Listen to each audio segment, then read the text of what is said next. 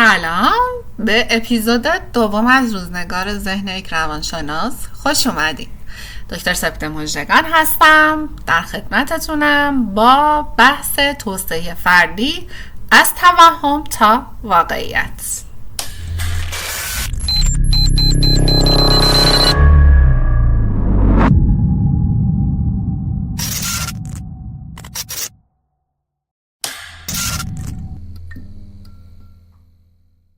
حتما براتون پیش اومده که ساعتها توی اینستاگرام میچرخید و اکسپلور رو بالا پایین میکنید و مدرسینی میبینین که همشون میخوان به ما کمک کنن تا زندگیمون بهترین شکل خودش رو پیدا کنه و بسیار هم موفق بشیم.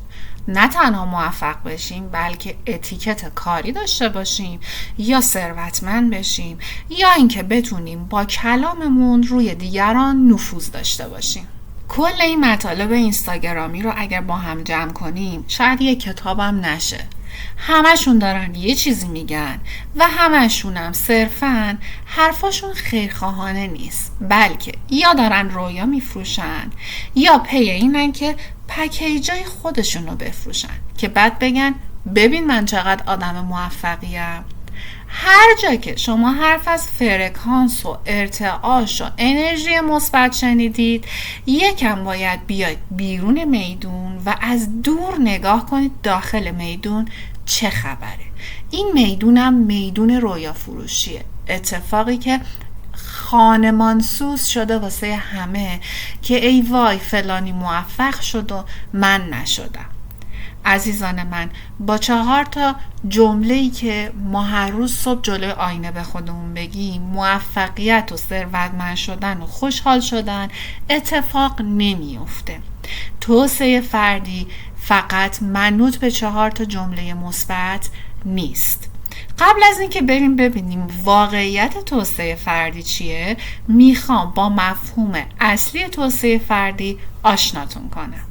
قبل از اینکه بریم ببینیم توسعه فردی توهم یا واقعیت، یادت نره منو لایک کنی، کامنت بذاری، نظراتتو بگی، سوالاتتو اصلا بهم بگی، سابسکرایب کنی و اون زنگوله رو بزنی که هر وقت من موضوع جدیدی برای گفتن داشتم بهت یوتیوب خبر بده و بیای پیش منو به حرفای من گوش بدی. دم همتون گرم.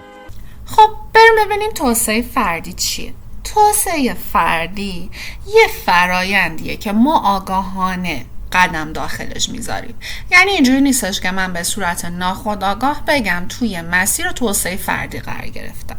پس اولین نکتهش اینه که باید آگاهانه باشه. مسیری که توش قدم میذاریم پیوسته و آهسته است. اینجوری نیستش که من بگم آی الان با 4 فرمول سریع و خیلی راحت میرسم به توسعه فردی.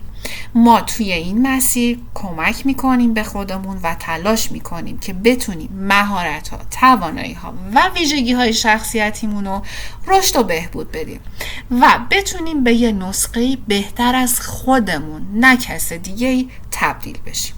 البته که باید بدونی این رشد و بهبود میتونه توی تمام حوزه‌های زندگیمون باشه. مثل چی؟ مثل خودآگاهی، مهارت‌های ارتباطی، ارتقای سلامت روح و روان و جسممون، مدیریت زمان و هدف گذاری. قبل از اینکه بیشتر راجع به توسعه فردی بهتون توضیح بدم، میخوام یه داستانی رو بگم که بر اساس واقعیت. اسم اون فرد رو نمیگم، اسمشو مثلا میذاریم سینا، یکی از مراجعه کننده های من که به قول خودش متاسفانه توی باطلاق این حرفای انگیزشی گیر افتاده بود. اون یه جوون 30 ساله بود که همیشه از زندگیش ناراضی بود. به قول خودش از صبح تا شب سگدو میزد و به هیچ جایی نمیرسید. آخر شب هم شروع میکرد اینستاشو بالا پایین کردن و دائما توی اکسپلور اینستاگرامش مواجه میشد با این اساتید به ظاهر خیرخواه.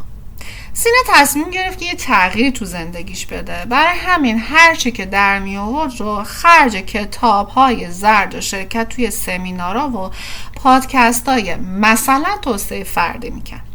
اولش فکر کرد به به همه چی تو حال تغییره، چقدر زندگی داره خوب میشه، همه چی گل و بلبل شده. جمله های انگیزشی و روش هایی هم که یاد گرفته بود بهش در اول از همه امید داده بود و میگفت نه من در حال تغییرم. بعد از مدتی که مثلا داشت پیشرفت میکرد احساس کرد که نه بابا خبری نیست، تو همون نقطه اولش رو داره درجا میزنه، دیگه اون امیدم کارساز نیست. انگار که واقعیت زندگی و مشکلات روزمرهش مثل بدهی و نارضایتی از شغل و عشقش و چیزای دیگه با اون حرفای توسعه فردی همخونی نداره.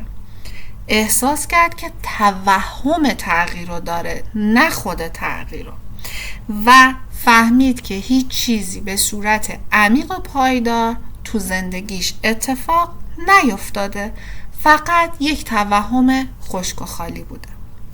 به خاطر همین یکی از دوستاش لطف کرد و منو به ایشون معرفی کرد. ایشون اومدن پیش من و به من گفتن اصلا توسعه فردی واقعیت داره؟ چرا من هر کاری که میکنم نمیتونم چالش‌های زندگیمو پشت سر بذارم؟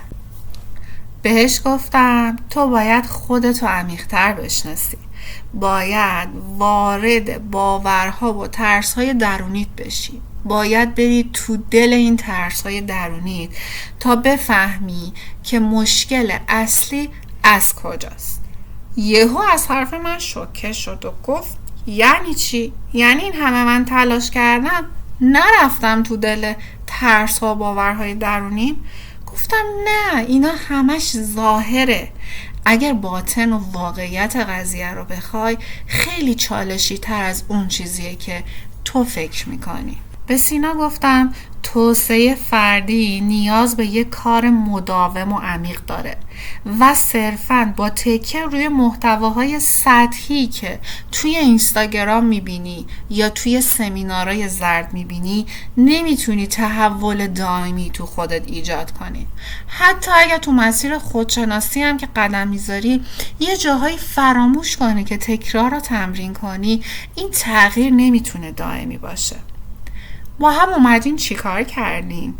اومدیم و روی ترس ها و باورهای درونی سینا کار کردیم. آفرین. حالا من توی این اپیزود میخوام بگم که ما چه مراحلی رو طی کردیم و به شما هم یاد بدم که این مراحل رو طی بکنید. اگر سوالی هم داشتید میتونید از من بپرسید.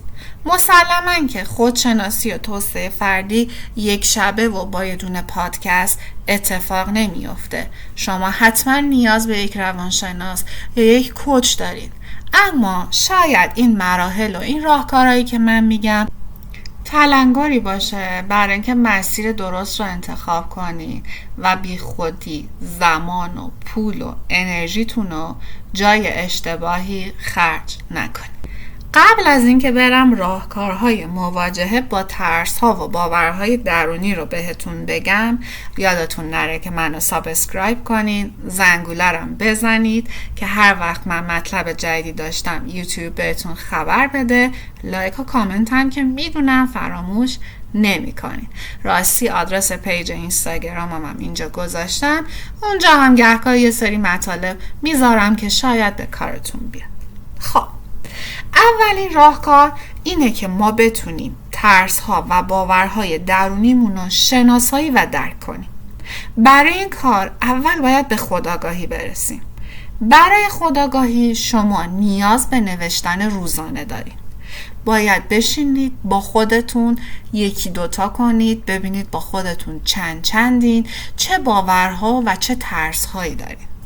حالا که باورها و ترس‌هات رو نوشتی باید تجزیه و تحلیلش کنی، ببینی که اینا از کجا اومدن، ریشش از کجاست و چه تأثیری روی رفتار و تصمیماتت گذاشته. این رفتارها و این کارهایی که ما در طول روز میکنیم یا تصمیمهایی که در زندگیمون میگیریم همش ریشه در کودکی ما و در جامعه‌ای که بزرگ شدیم داره. پس خیلی مهمه که بتونیم باورها و ترسامون رو تجزیه تحلیل کنیم. البته بهتون بگم اگر بخواین این تجزیه تحلیل رو خیلی عمیق‌تر انجام بدین حتما نیاز به یک روانشناس یا دوره کامل خودشناسی دارین. بعد از این باید با ترس هامون مقابله کنیم. اولین کارم مواجهه تدریجیه.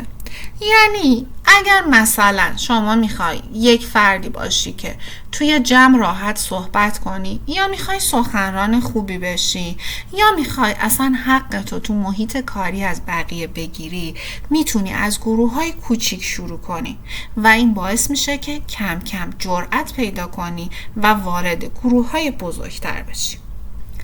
کار دیگه‌ای که بهتون کمک میکنه که با ترساتون مقابله کنید تکنیک‌های تنفس و آرامسازیه که توی ویدیوی اضطراب گفتم بهتون که لینکش رو این بالا میذارم، میتونید اون رو هم ببینید و ازش استفاده کنید. بعدش اینه که شما باید الگوهای فکرتون رو تغییر بدید. برای تغییر الگوهای فکری هم باز نیاز به یک راهنما دارین، اما کاری که خودتون میتونید بکنید اینه که افکار منفیتون رو بنویسید، دلیلش رو پیدا کنید و با افکار مثبت جایگزینشون کنید.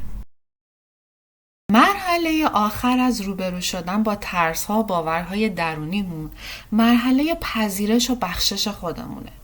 اول از همه باید خودمون رو با تمام ضعف‌ها و کاستی‌هامون بپذیریم.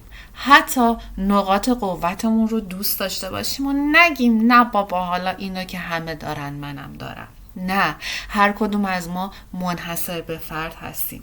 وقتی که خودمون رو کامل بتونیم بپذیریم میتونیم خودمون رو بدون قضاوت دوست داشته باشیم و با ترس‌ها و باورهای درونیمون بهتر روبرو بشیم. و بخشش خودمون، اگه یه جایی احساس گناه و شکست میکنیم از اتفاقایی که توی گذشته افتاده، بهتر خودمون رو ببخشیم و حتی گهگاهی به خودمون یه جایزه بدیم بابت شکستی که داشتیم. چه عیبی داره؟ مگه همیشه باید موفق باشیم؟ اگر اون شکست ها نباشه که نمیتونیم ازشون درس بگیریم و بخوایم در جهت رشد و پیشرفتمون ازش استفاده کنیم. مطمئن باش اگر این بخش آخر رو استفاده کنی، هم خودت رو بپذیری و هم خودت رو ببخشی، خیلی حال دلت بهتر میشه. حالا که با هم دیگه مراحل روبرو شدن با ترس‌ها و باورهای درونی رو یاد گرفتیم، میخوام بهتون بگم توسعه فردی میتونه شامل چه مواردی باشه و قراره که راجع به هر کدوم از اینها با هم دیگه توی اپیزودهای بعدی صحبت کنیم. حالا یا همینجوری ویدیو پادکست خدمتتون میام یا به صورت رو در رو همدیگه رو خواهیم دید. اولین خودشناسیه، این که ما بتونیم افکار و احساسها و ارزشها و باورهامون رو به صورت عمیق‌تری بشناسیم. دومیش رشد مهارت‌های فردیمونه، مثل مدیریت استرس، تصمیم گیری، حل مسئله و خودانگیزشی. سومین مورد و توسعه فردی رشد ذهنی و عاطفی مونه، این که بتونیم توانایی فکریمون رو مثل یادگیری مداوم و مدیریت احساسات و هیجاناتمون رو تقویت کنیم. چهارمین مورد بهبود روابط بین فردیمونه، این که بتونیم یه رابطه سالم رو ایجاد و حفظش کنیم. پنجمین مورد اینه که سلامت جسمی و روانیمون رو در کنار هم بتونیم داشته باشیم و جلو ببریم. ششمین مورد توسعه فردی هدف گذاریه، این که یاد بگیریم چجوری هدفهای کوتاه مدت، میان مدت و بلند مدت رو برای خودمون تعریف کنیم و در جهت رسیدن بهش تلاش کنیم. و آخرین مورد در ارتباط با توسعه فردی خود رهبریه، این که بتونیم خودمون رو در مواقع مختلف و در شرایط مختلف مدیریت کنیم بدون اینکه نیاز باشه کسی بهمون تلنگر خاصی بزنه. امیدوارم که این اپیزود رو دوست داشته باشین. یادمون نره که توسعه فردی باید باعث بشه که روز به روز حالمون بهتر باشه. یه امر آهسته و پیوسته است و قرار نیستش که با 4 جمله انگیزشی یک دفعه یک معجزه تو زندگیمون اتفاق بیفته و بگیم واو. ها؟ واو. واو. به اون چیزی که میخواستم رسیدم. هر چیزی رو که به آهستگی به دست بیارید، مراحل درستش رو طی بکنید، مطمئن باشید که توی زندگیتون اثرگذاری داره و این اثرگذاری مادام العمر خواهد بود و حتی میتونید به نسل آینده‌تونم منتقلش کنید. تا اپیزود بعدی که قراره شروع کنیم توسعه فردی رو و مراحلش رو، شما رو به خدای بزرگ میسپارم. مراقب خوبیاتون باشین.